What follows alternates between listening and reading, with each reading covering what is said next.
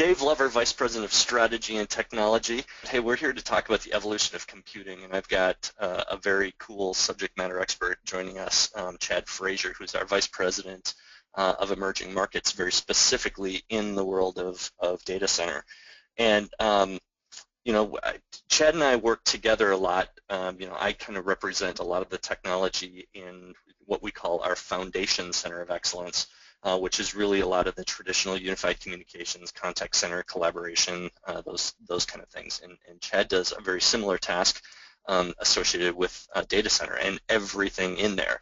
And so I think Kelly had this great idea of, hey, we like data center, we like unified communications. Wouldn't it be cool if we kind of came together and had more of a discussion around this, and really what are some of the trends that are happening in here in this world?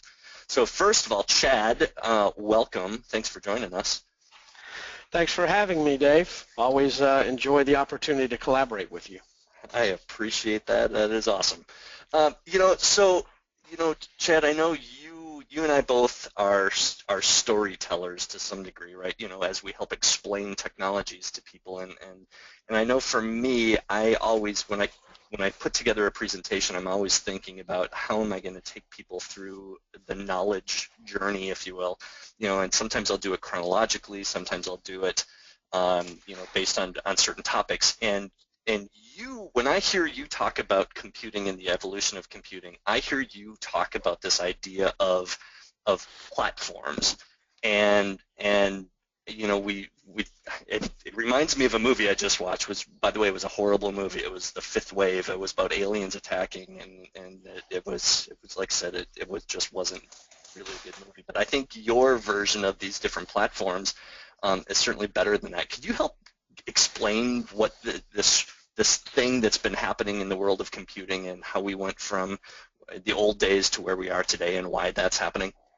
Sure, I'd love to do that, and I'm going to put a graphic up here that kind of illustrates a little bit along what's happened in the industry. And one of the things that I think is interesting, and you're well aware of this because we have our weekly chats when we're both not on the road and doing things, but I would be interested in your take from a unified communications collaboration to see how we move along that same continuum that we have from a computing standpoint. I personally believe that there's a lot of the same movement. So if we're going to go back to the early days of computing when we talked about mainframe and terminals, everything, and really what we're talking about is the 1950s, right? At that point, computers were very expensive. They took up a lot of room, a lot of power, very power hungry, and it was centralized. Very few people had access to them. It was the government, the big companies, the large enterprises, and they were very special purpose in terms of what they delivered and what their processing power was applied against. And really, I'll have to admit, I do remember the days back in college when, I sat on a terminal back to a mainframe, so I can kind of relate to this journey.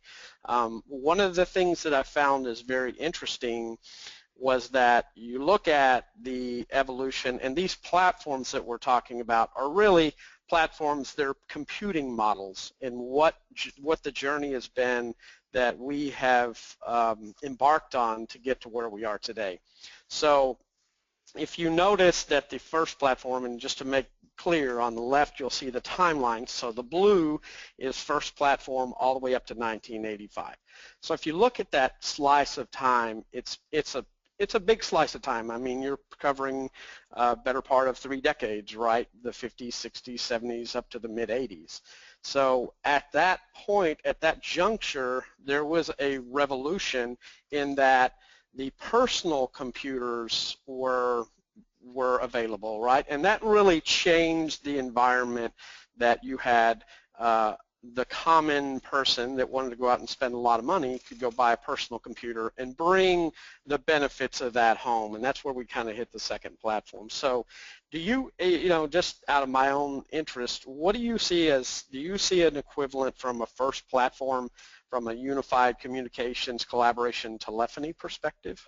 Oh my gosh, yeah, kind of I mean, when you think about dial tone in general, right? You know, the telephone, and even going all the way to H.323 based IP phones, are that exact same model where you have this really intelligent core, we called it a PBX, and all the endpoints that hang off of it, we'll call them phones, are stupid. They don't have the foggiest idea of what's going on. If they don't have access to the system that is controlling every single little bit about what they do, from the lights that they light to the things that they display on the endpoint, any of that stuff, they don't exist. And so the traditional PBX, and again, all the way to people say, oh, voice over IP is advanced. Well, not H.323 based voice over IP is not. It's still just a packetized version of a TDM infrastructure, and still that same mainframe dumb terminal approach. So very much in that exact same model. That's interesting because I think just the average person would look at those two platforms, and certainly telephony developed within its own environment, and it's interesting that it was moving along that same path. So as we move to the second platform, and again really pushed forward, networking certainly has had a big play, that you started to have networks, and I think you can remember the old days of ArcNet and Novell, and all the token ring, all those different things, and how we started to connect computers together so that they could talk, share information, and kind of distribute that a little bit more in that client-server model. Moving a little of intelligence out to the edge, right, where you had some processing power outside, and you weren't strictly getting that from a centralized portion. That did a couple things. Obviously, it made applications, computing power, and that processing, moved it out to beyond the initial very tightly held infrastructure, really out to anyone, again, who wanted to spend the money and participate in it. How do you see that translating? Yeah, boy, that's SIP, right? SIP endpoints they're all independent telephones, right? Granted, you need the connectivity to the network, and, whether it's just to get power or to just exist, but they are initiating everything on their own, and they're receiving signals back and forth, and in a very independent status. Yes, we'd like them to register to what we call a registrar, which in the Avaya world specifically, we're talking about session manager as being that SIP registrar. But it's very easy for a phone to talk directly to another phone, very easy for a phone to talk directly to a trunk, and without needing to technically go through the PBX. So not only client-server, but peer-to-peer, independent peer-to-peer conversation. And so SIP follows that. Now, I think what's interesting is, even though SIP was invented a heck of a long time ago, and probably fits the model, it hasn't really gained, it didn't become mainstream adopted until significantly later than when client-server PCs did. That happened a long time ago, right? But in the world of SIP, it's kind of just becoming mainstream now. That's interesting. So that was one question I was going to ask, is do you see the same timeline? So what you're saying is, and I guess another thing from a second platform is we started targeting consumers at that point. You think the fact that SIP was more, adopted early on by service providers that kind of delayed that, and the fact that PCs went out to the consumer, that had an impact in terms of the timing and adoption? That's a really good question. I don't know if I have a clean answer for it. I don't think it did. I mean, obviously SIP trunking became more popular faster than SIP endpoints, but I bet a lot of people on the phone, on the call are still, they're still thinking in terms of SIP trunk as well. We're not quite there yet, but that is absolutely clearly the future in doing it. I think it's really the idea of, I think unified communication specifically, and collaboration drove it more than anything, needing a smarter endpoint that can do more than just voice. And for those businesses that just wanted voice, the thing that they had was really good. It scaled hugely, but I think we run into a lot of the problems associated with that.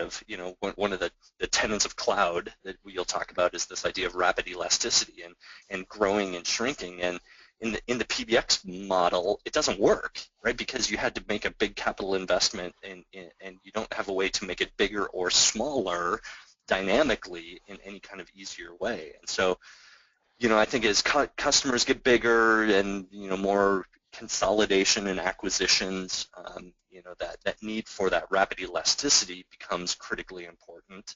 And I think that's probably one of the biggest things that's driving SIP. And same way with mobility. To me, that's a significant component about UC and collaboration. And it becomes really, really, really ridiculously hard in the old model, where it's become super easy in the newer models with, when I can start thinking peer-to-peer. So I think it's more than anything, it's the applications that are driving it, not so much the infrastructure itself.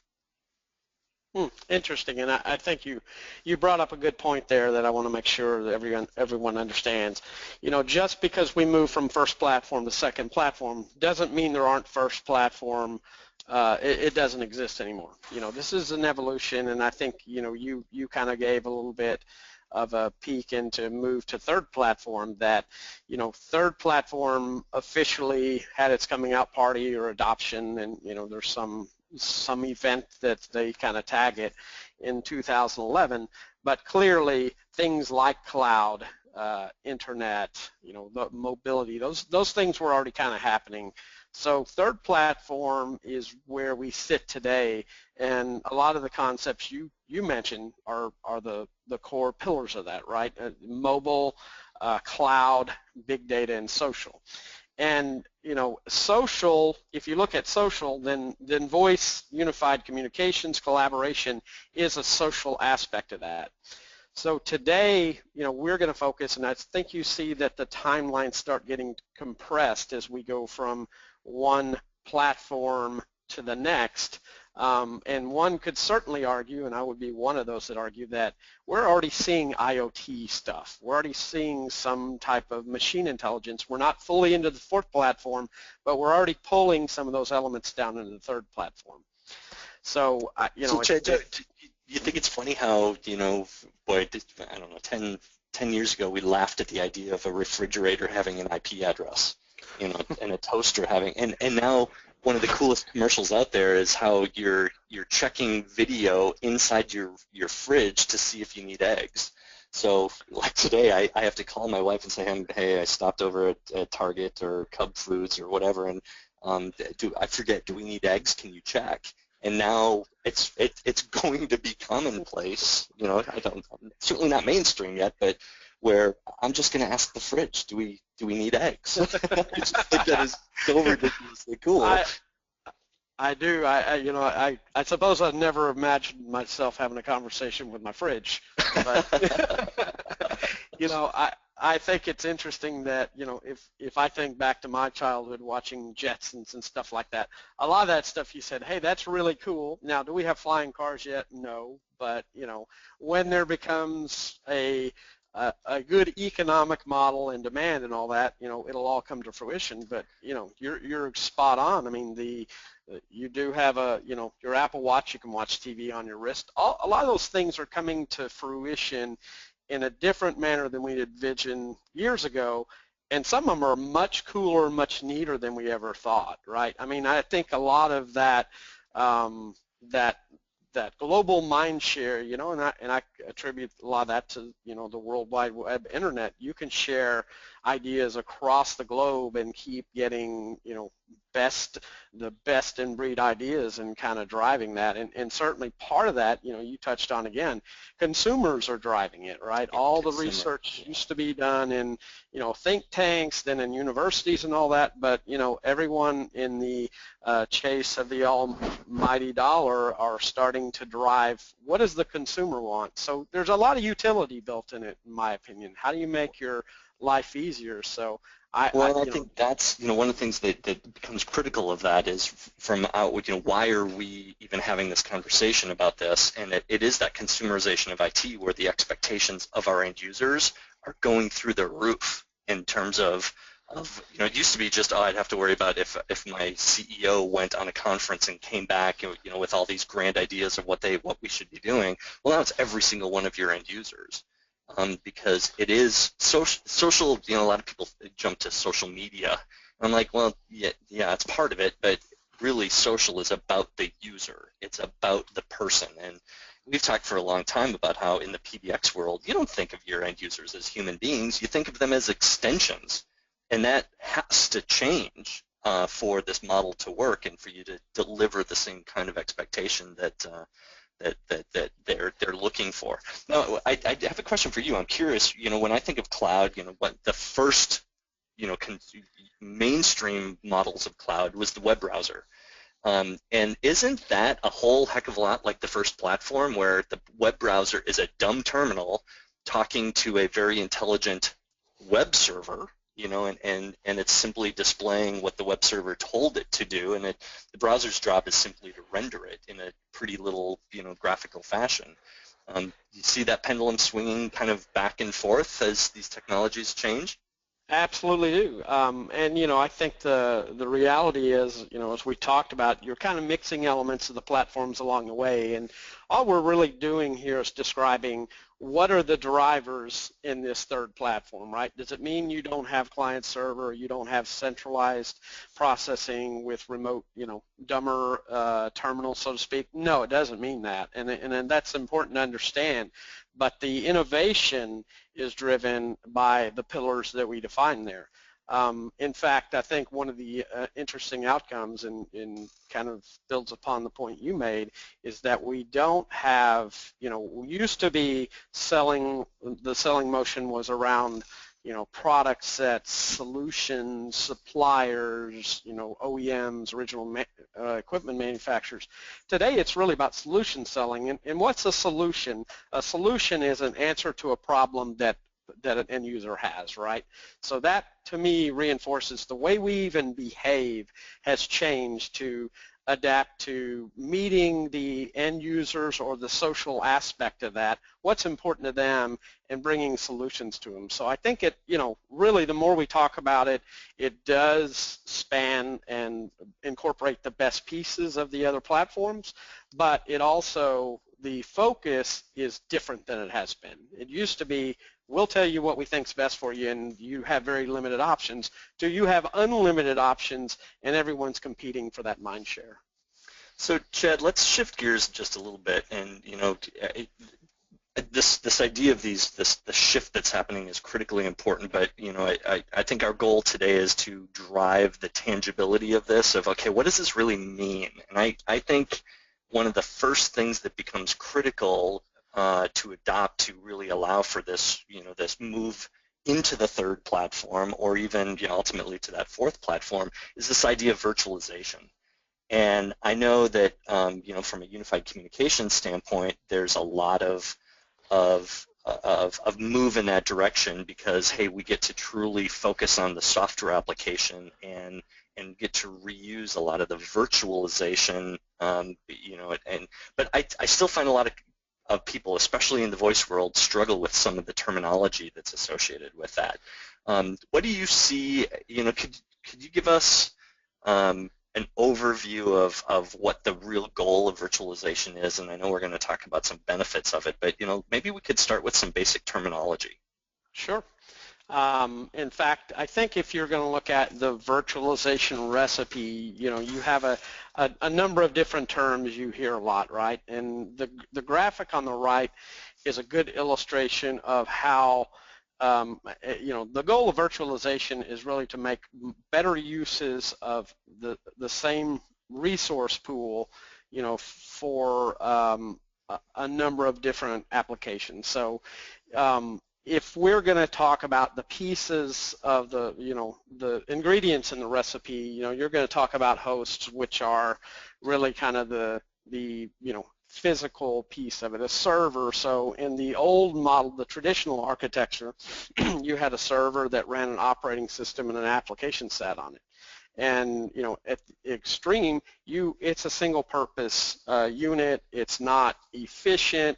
You're running, you may have spare capacity that you can't liberate and utilize for other things. When you go to a virtual architecture, it's just a logical segmentation of your compute resources, your processor, your RAM, your disk space, and these days you're even able to do that on networking. So you can slice this up in little bitty pieces, the host into little bitty pieces via the hypervisor. Again, the hypervisor, some examples of hypervisor everybody hears is, VMware is the big one, right? ESXi.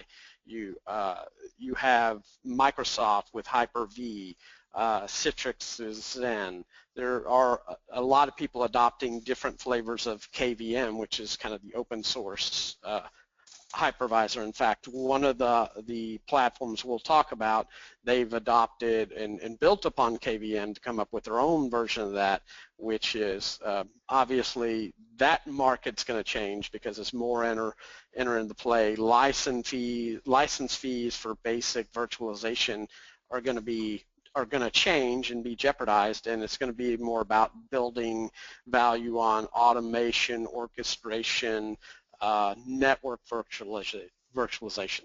So hey, Chad, to give a little bit of context around that, a perfect example of why virtualization needs to happen is via communication manager, right? That application was written back in literally with the System 75. A lot of its roots are still there from 1985, back when there was no such thing as a multi-core processor. And so as Avaya has adopted more and more open standard servers, like with the starting with the 8500, the 8700s, and the 8800s, and ultimately any other flavor of the HP DL360, the reality is they had this application called Communication Manager that was written to only know how to use one core of a processor. Yet all of those servers have multiple cores. Even your personal computer is at least a dual core, if not a quad core, meaning you have at least 2 processors on the single chip, or even 4, or at the server level you go to 6, you go to 8, you go to 16, 32, I mean there's tons of them. And the application known as Communication Manager has not the foggiest idea how to take advantage of the other cores. And so by shifting to virtualization, applying a hypervisor like Zen, like VMware, now I get the luxury of saying, oh, well, okay, so the other 7 cores that are on this processor, I'm going to use them for something else and let Communication Manager use the one core that it needs. That's a great illustration, Dave. I like the way you bring that down to kind of a good example of something that I think everyone can relate to. And when you're really talking about what we're talking about there is the virtual machine, right? You have a virtual machine that's going to be dedicated to CM. You could have the different apps that you want associated with that running in different virtual machines. And really, when you put the operating system in there, you're containerizing the application, you're abstracting it from the hardware. And we'll talk about some of the benefits of that. VApp, the virtual app, is that app you're talking about, CM, that has been re-engineered to take advantage of virtualization, that can live in a virtual environment in a very happy fashion. Of course, network switches are important, right? It connects all the hosts together, physical and logical, and really makes everything hum from that perspective. And then there, of course, we can talk about management servers. In the case of VMware, it's going to be vSphere. And then storage area networks, those are optional but important. I mean, you have a number of different ways that storage can be deployed, from disks that sit in skin, so to speak, to ones that sit outside, be it a storage area network or network attached storage.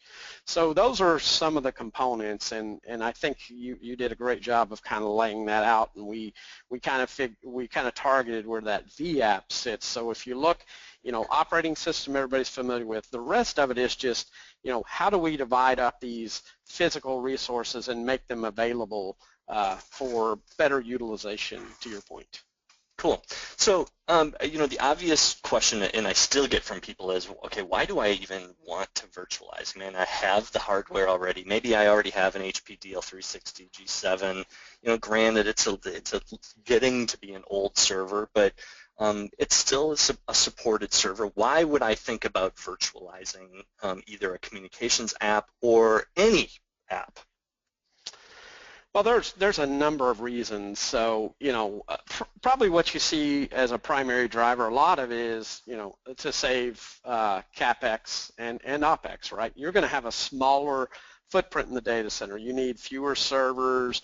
You need less rack space. You're a more green footprint. So, that hits the bottom line when you have to go look at your IT budget and what are the dollars you're spending on servers and all that infrastructure that goes in there. So that's that alone drives a lot of that adoption of virtualization. But obviously there's a lot of other reasons we would go there. One of the big ones along the same lines of reducing the data center footprint, I've run into more and more customers that are saying, my data center people, the people running our data center won't let my application into the data center unless I can virtualize it.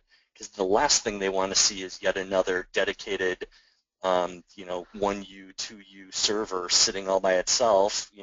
That I can't manage it the same way that I can manage the rest of my VMware the virtual machines. I can't do. So I've been hearing customers saying they're getting kicked out of the data center unless they can conform to the way the rest of the data center applications are being deployed. Well, and that's true. I mean, you look at even the decisions as if I look at unified communications collaboration as an application, it needs a place to live, and traditionally that's been in a telco wiring closet, MDF, IDF. That's where it lived, and you had different people making decisions around it. As organizations want to reduce their spend and be more efficient, it only makes sense to drive it into the a common area where it's under common management, and we really don't touch on that here, but management's easier because you don't have to have special skill sets, and that's just the way that I think you've hit on a real important point, because it's not very soon it's not going to be a choice. It's not optional at already in a lot of enterprises, and I think that trend will continue. The second benefit, obviously, save energy. If you have fewer power feeds and fewer processors to drive and drives to spin or flash, as the case may be, and your operating expenditures go way down. One of the ones I'd like to hear your input on is just isolating that QA lab environment. You're able to do that, and what benefits would you see there? Well, so traditionally, there are very few customers that have their communication applications set up in a lab environment. So let's not kid ourselves, they're playing with fire, right? They go to apply a patch hoping that it's not going to break something. And so they're either doing it, or maybe the patch goes horribly wrong, or so just the deployment of it, or it's all like, oh, let's hope this goes well, and then that usually kind of forces customers to rely on a business partner such as us, right, to do all that work. And while we love doing that work, there's a lot of things that can be easily done if you just try it in a lab first. And any other business critical application that exists, I guarantee you have two versions of it. You have one in a production and one in a lab. And very traditionally, the reason why, I don't want to make it sound like, hey, everybody was crazy and because they didn't have labs, when it was all physical, you had to literally duplicate all of the hardware and expense associated with that. And so it was just far too expensive to have a lab. Whereas now, I will go into my VMware environment, I'll load up maybe a communication manager OVA, spin it up, apply maybe one license to it, just so that it functions, play with it, test something, maybe even just look at a screen, and then I delete the virtual machine right after that. So I spin it up, I do my thing, I tear it right back down to free up the resources. And so I think in the communication world, virtualization gives you a ton of benefit associated with labs. And I think there's a lot of the other ones like improved disaster recovery and business continuity is another huge UC thing. Um, the idea of moving a running server from point A to point B. And maybe it's just from one rack to another rack, but maybe it's from one building to another building or one city to another city. And if you were to think of how we used to do that in the communication world, that's a project. That is an enormous project with re-IPing things and having people physically move the gear from one place to another. And right now it's called vMotion, and I can either do it manually by right-clicking on it and saying move, or I can even tell the hypervisor that to say, hey, if you think you could perform better over on this other host, go ahead and move yourself. And I know that's a little outside of the comfort zone of most of the traditional communication type people, but that is the model that exists today and what's happening behind the scenes of a lot of your other existing applications today. Now that's interesting because you in the process you illustrated one of the other benefits there is faster server provisioning.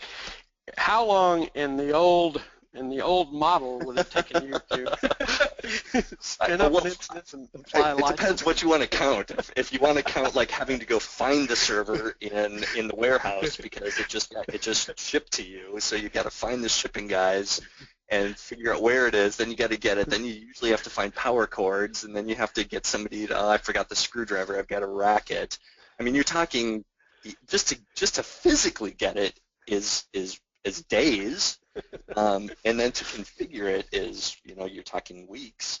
And I'm lazy, right? So I love the fact that I never even have to get out of my desk and off my chair, and I can spin up a server. And now, granted, you still, once it's up and running, you still have to configure it, right? So that doesn't go away. Right. But just the elimination of the physical component of it makes life so flexible. And again, one of the big tenets of cloud is rapid elasticity. Can I spin things up faster, or is it going to take an act of Congress to do something new, and an enormous project, or can I do it right from my desk within 10 minutes? So we're seeing a big shift there.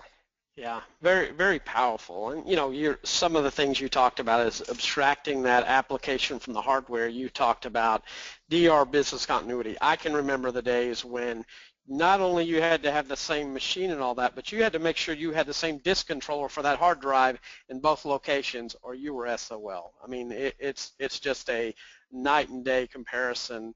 And really that hardware vendor lock-in gives you more choices.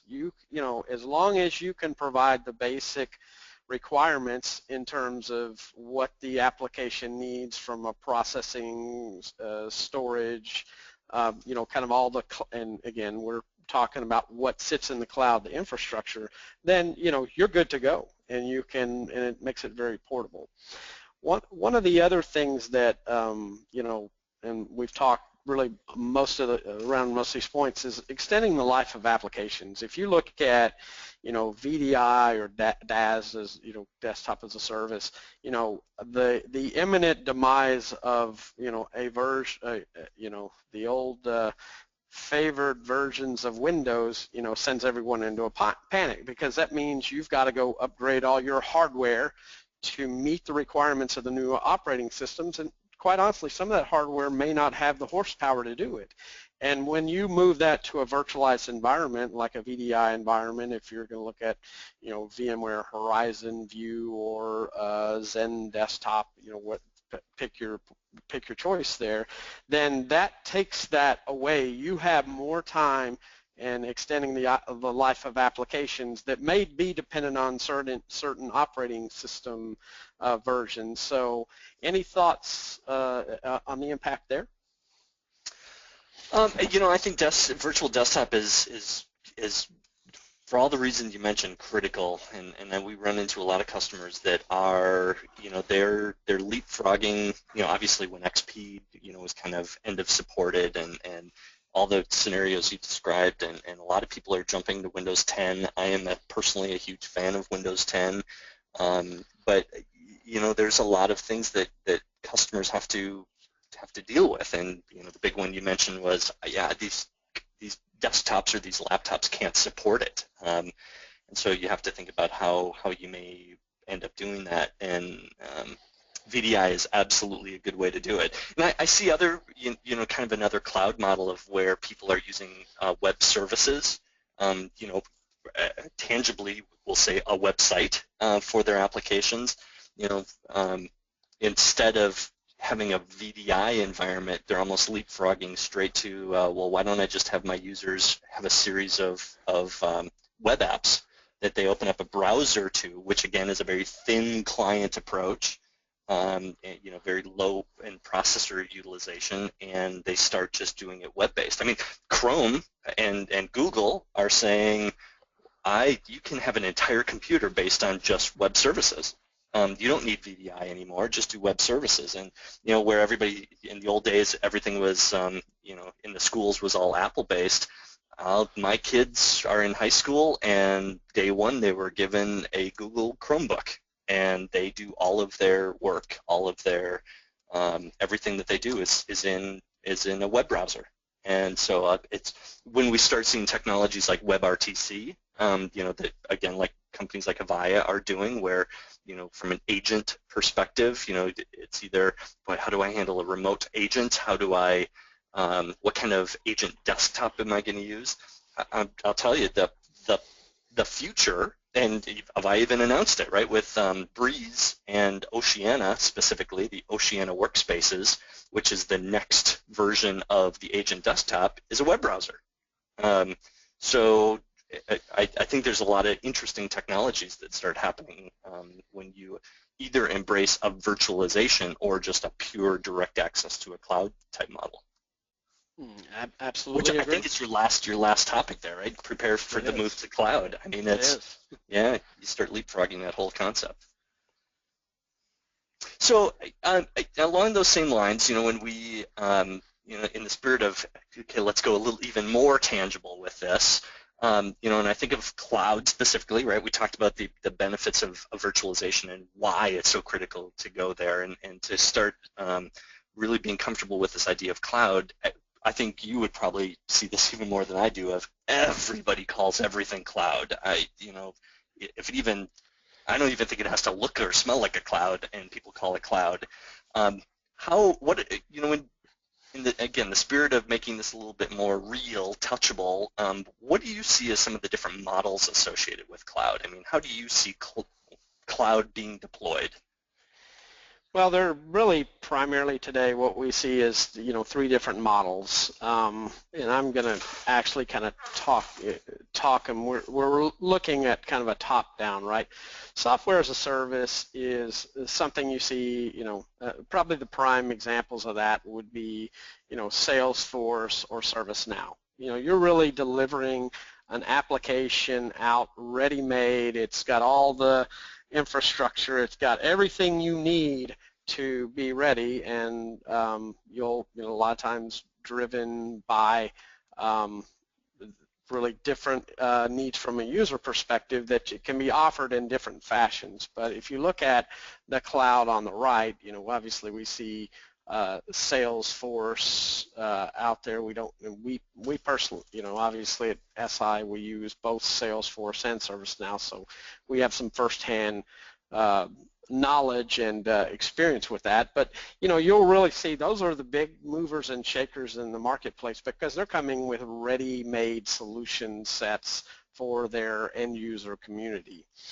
So I see that kind of as the pinnacle culmination of the cloud model, because it's all about all the things you outlined, including self-service, and it's ready-made and ready to go.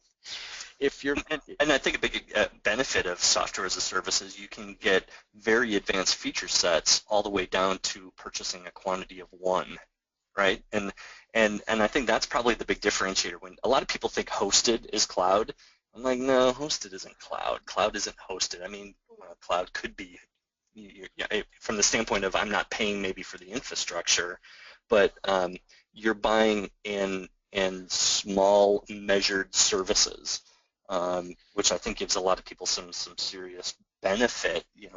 It could equate to the capital expenditure side of it, but I think just being able to get very, very small as well as very, very, very large. And again, to me, that's that rapid elasticity. But there's certainly other ways to do it, right? You can do it as a platform. What are some examples that you see as platform as a service?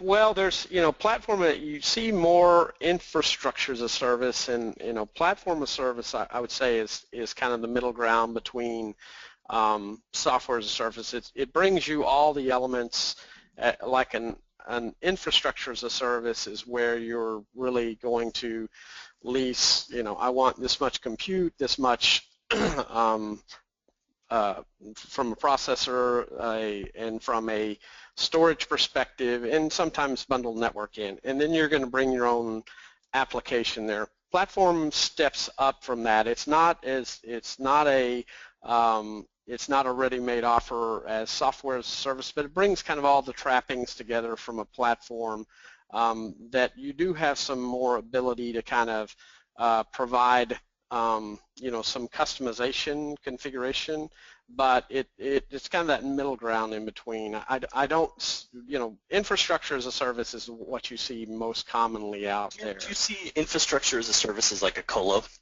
And maybe platform as a service as maybe what people would think of as hosted, where, like, let's say I think of all the different colo scenarios, right? And we at Arrow use colos for maybe some disaster recovery sites, even for some of our core, because we're basically paying someone else to make sure the lights are on, to make sure there's power, to make sure there's electricity and cooling in the appropriate network, and then we just put our stuff in the colo. It's our racks, it's our servers, it's our stuff, right? And whereas I see platform as a service as more, well, I have servers running as part of my service offering to you, but you're going to put maybe your applications on it, or maybe it's my applications, but you're going to manage it as the customer. Yeah. I think that's a good way to look at it. I mean, you, as you said, cloud means a lot of different things, and there is some variation in interpretation, but, you're really, I think you framed it up well, from infrastructure being, here's resources, you go make use of them yourself, and platform kind of takes it up another step, that you make them more capable, up to, including, it's not full-on software, but you're bringing them closer to that, but you still give the end user or some administrative kind of capabilities and customization. And I know there's variations in that. A lot of hybrid becomes pretty popular with a lot of this stuff, where you're gonna maybe keep some things on-prem and use a colo and maybe use some cloud, and I think that's probably the most realistic scenario of that. Would you agree? I would. In fact, if we want to talk a little bit about what we call geographic models, the public cloud, I think everyone can identify with Amazon Web Services, Microsoft Azure, including the productivity suite, Office 365, etc. And then there's a number of them, and even VMware had vCloud Air, right? The reality, and I talked to a lot of these cloud providers, even Oracle, right? They have cloud machine out there. And I ask them, what is the most common configuration? And it's far and away is hybrid cloud. It allows you to really settle into a comfort zone. I mean, a lot of people are uncomfortable with say, I'm going to put everything up in the public cloud and worry about security and control and those kinds of things. So hybrid cloud is definitely, I think, where people can keep, things that they want mission critical and a little tighter control over.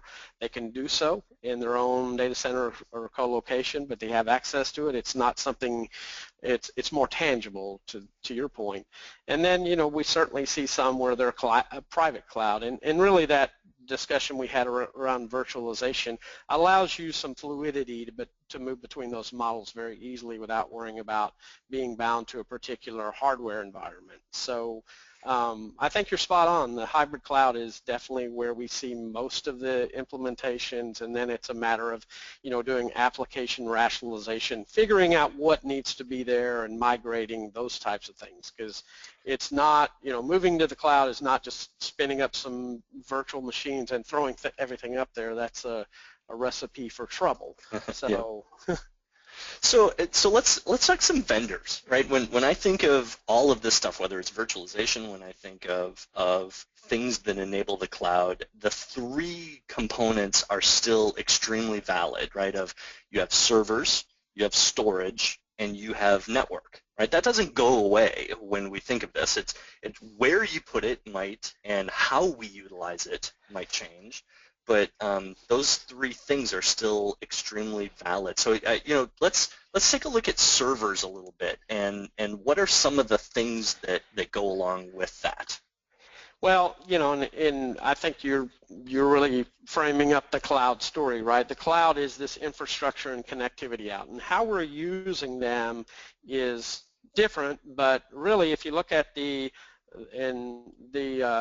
OEMs or the suppliers that are called out here are really kind of the market leaders, right? You see HP, certainly still in the lead, and Dell's made a good move, IBM, Lenovo. And Cisco is, definitely made some headway in the data center, specifically when they came out with their UCS servers to support their own application. But they've been smart and have aligned themselves in other solution sets.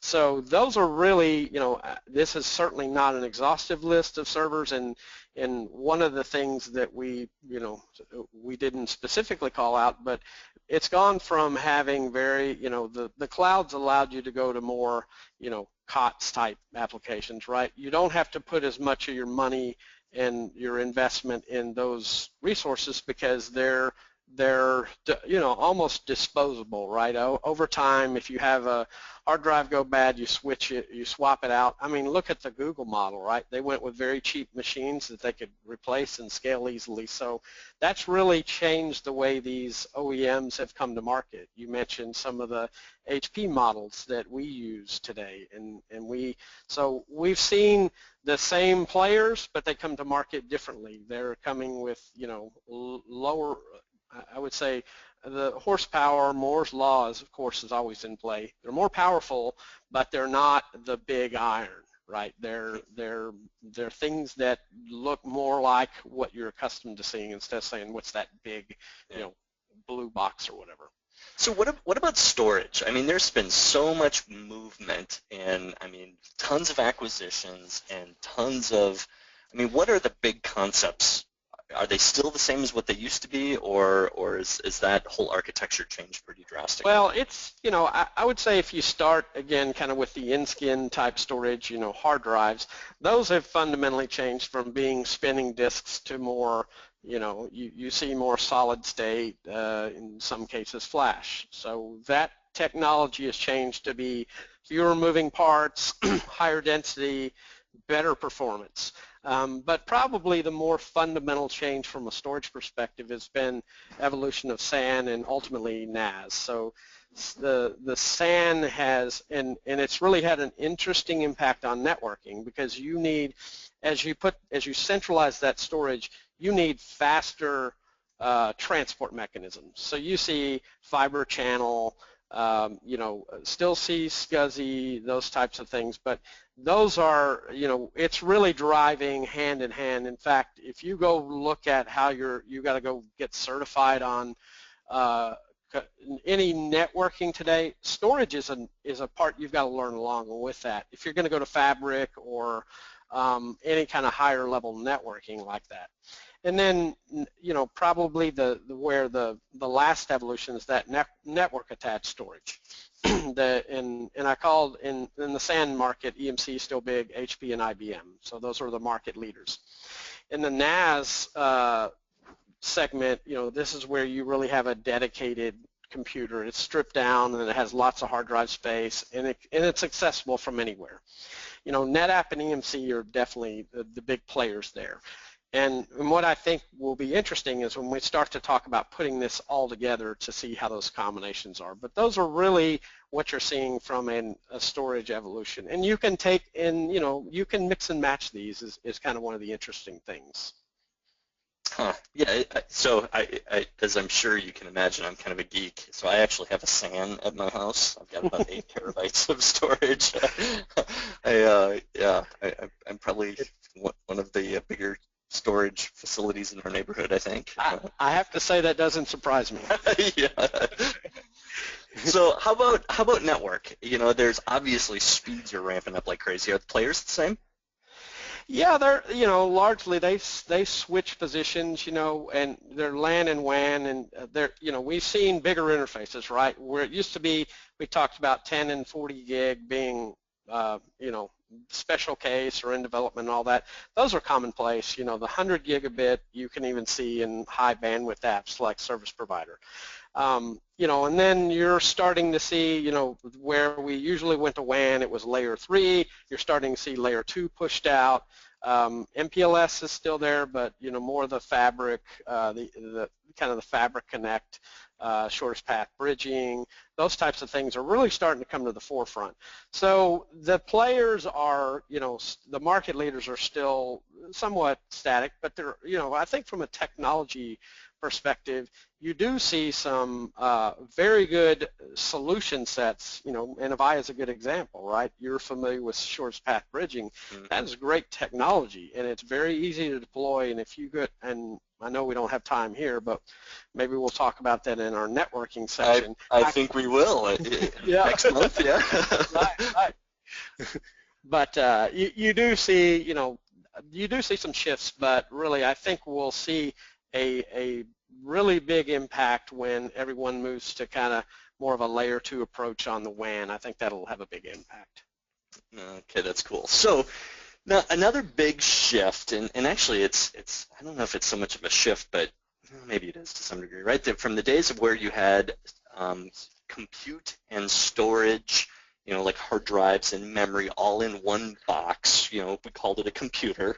And then there was that shift, like you've described, where you're separating out the storage and putting the hard drives over there, whether it's in the SAN or NAS, and you just beefed up all the processing power. Well, then all of a sudden the big guys like AWS, right, Amazon Web Services and Azure, they kind of shifted that model where they bring in these big shipping containers full of computers, mostly sealed up, and they drop it in, they hook up a couple of cables and power and cooling, and the magic of the infrastructure load balances to it, and as things die, you say, well, no big deal, I'm still getting pretty good use out of it, because the infrastructure shifts things around to reallocate around the problems, and then once there's enough deadness within that shipping container, you pick it up and you get rid of it and you drop in a new one.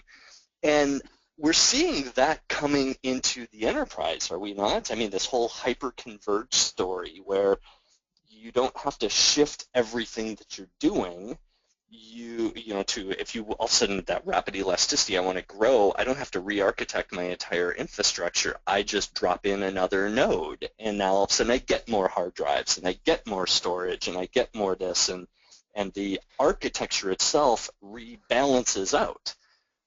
But at the same time, I don't need to bring in a big shipping container to do it. I can do it at more of a usable enterprise level. Let's talk about that.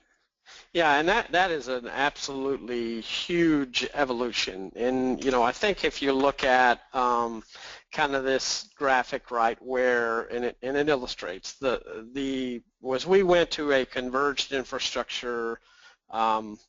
Those things were largely kind of, you put a lot of things in the same rack, you interwork them, you spend a lot of time integrating them, and you call it a converged solution. FlexPod is the market leader there. VCE was kind of the first, and those were collaborations between different companies. The hyperconverged platform is much different, because it's really, and our choice on hyperconvergence is Nutanix, and if you look at that, that is really moving it to a software controlled environment. You're not, as you said, you're not really relying on hardware and big pallets of hardware and all this, and it's difficult to manage, for one thing, right? Would you rather manage all the elements on the left or on the right? So one of the things, to your point, if you want to add a node in and you want to make it a cold storage node because you're going to store a lot of stuff, you can do that. You can make it a compute node, a storage node, and all of that is dynamically managed. If you lose in a 4-node Nutanix configuration, you can lose 3 nodes, you only have 1 node, and you can still operate, because it knows about the resource availability and it shifts those workloads where you want to go. And I think one of the really cool things about that is you can start to have multiple workload types in the same infrastructure. So for example, we know that there are it's not uncommon to have multi-vendor environments. So if you wanted to have, Avaya side by side with Skype for Business or something like that, you could manage that in the same infrastructure. They have their own containers. They don't have any problems mixing in, and that's really a big leap, right? Because you would not be able to do that, because you can tune that to each application's specific requirements. So obviously, hey, we, AeroSI, are part of a bigger company, Aero Electronics, and we do a lot of all of this stuff, both at our parent level as a distributor of just about every single brand name we talked about. So we do that stuff, and we're some of the biggest players in that market. But again, if we're kind of saying specific to unified communications, we're finding a lot of telecom customers and telecom departments saying, "Oh my God, this is so cool that I totally need this, but I don't want to rely on my VMware team, or I don't want to rely on my. Can you get me my own VMware solution?"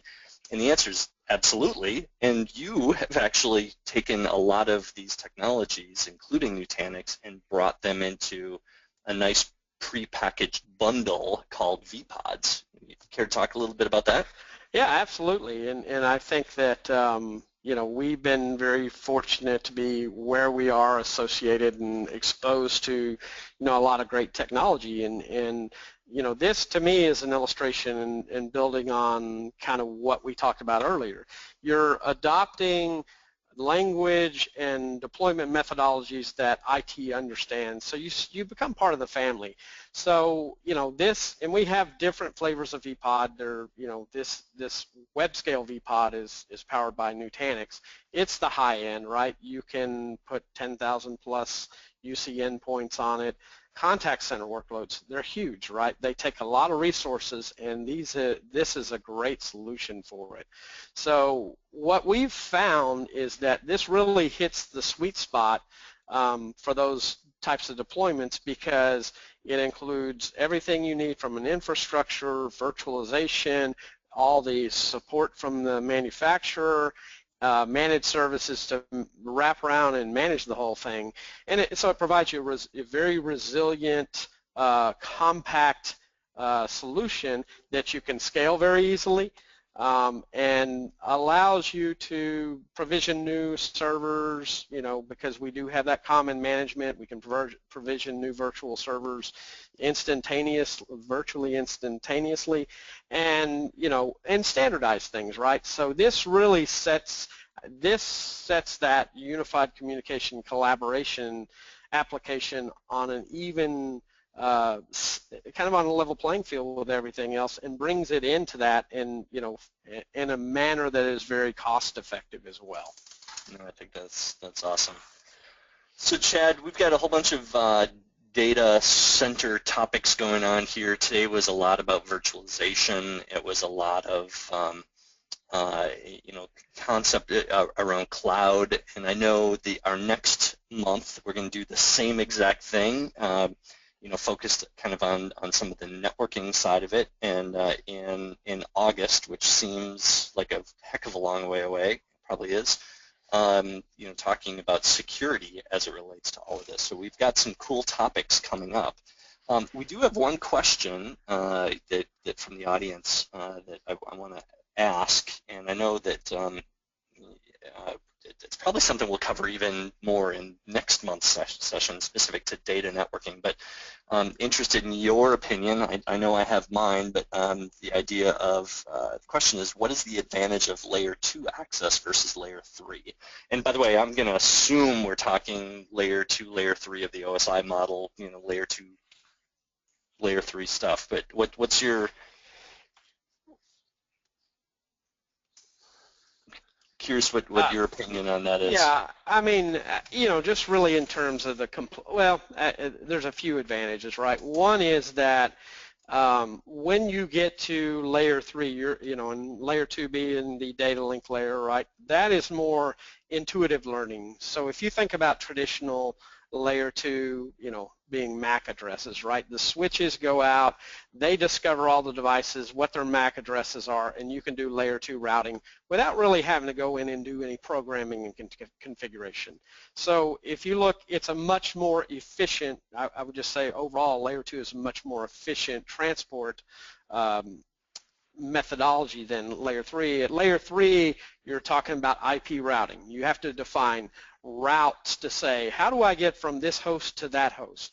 You may have to go through this interface and through a number of different networks to get to it, but layer 2 is more of an intuitive way to discover the path from point A to point B or point A to point Z in a more intuitive fashion. And one of the things that means is there's less overhead, less processing involved. If you get to, if you've ever been involved in any BGP exercises, right, where you have to advertise routes out to tell everybody, here's how you get to me over the public internet, that can be very complicated, very confusing, and you look at the convergence time for if you have a break in those lines of communication, then you have to reconverge and re-advertise all that, as opposed to really kind of having an intuitive approach from a layer 2 perspective. Well, and I think virtualization in general, right? If I start talking vMotion from one place to another, even though I'm moving my server, in a somewhat automated way, what isn't part of that is magically changing IP addresses. So, if from one rack to another, that's pretty easy. That could be VLANs, right? That's layer 2 and no big deal. But as soon as you start talking about a different geography, in the olden days with old school mentality around data networking, you'd immediately assume, well, I'm in a different geography. I'm now in a different subnet, right, at layer 3. You have to be in a different IP address range, and that becomes wildly complicated if you're going to start automating the moving of virtual things. And this, again, will be a big topic for next week's or next month's session on networking. When we talk about some of these technologies like shortest path bridging and how spanning tree has to die. It has to. It doesn't work anymore for what we're trying to do, and you have to start thinking of things at layer 2 in a much broader geographic sense than what we were allowed to do in the olden days. So I think I think that comes into play with some of this topic as well. So it's going to be interesting for sure, but definitely stay tuned for our July session. And I don't know the exact date on that. Yep, it's July 20. Yep, it's July 21st at 10 a.m. Central. July 21st? Mm-hmm, yeah. That is a fantastic day. We're going to love that day. we're going to see how that goes. We're going to have a party. We're going to have a party on that day. But I think we'll be able to cover some good stuff on that and really kind of bring people up to speed on some of the changes that have happening, from all of these different data center models and how the data network has to change along with it. And so we'll cover that in July. Chad, thank you so much. This was fun. It was extremely informative for me, and I thank you for your time. No, thank you for inviting me, and I enjoyed it as always. And we could certainly go on another couple hours, but I think we'll give everybody a break. I would love to actually go for a couple more hours, but Kelly limits us. She says, Sorry. too long, let's stop. Well, good thing we have July and August. We can pick up where we left off. But thank you, Chad and Dave. I appreciate it, and thank you all for attending.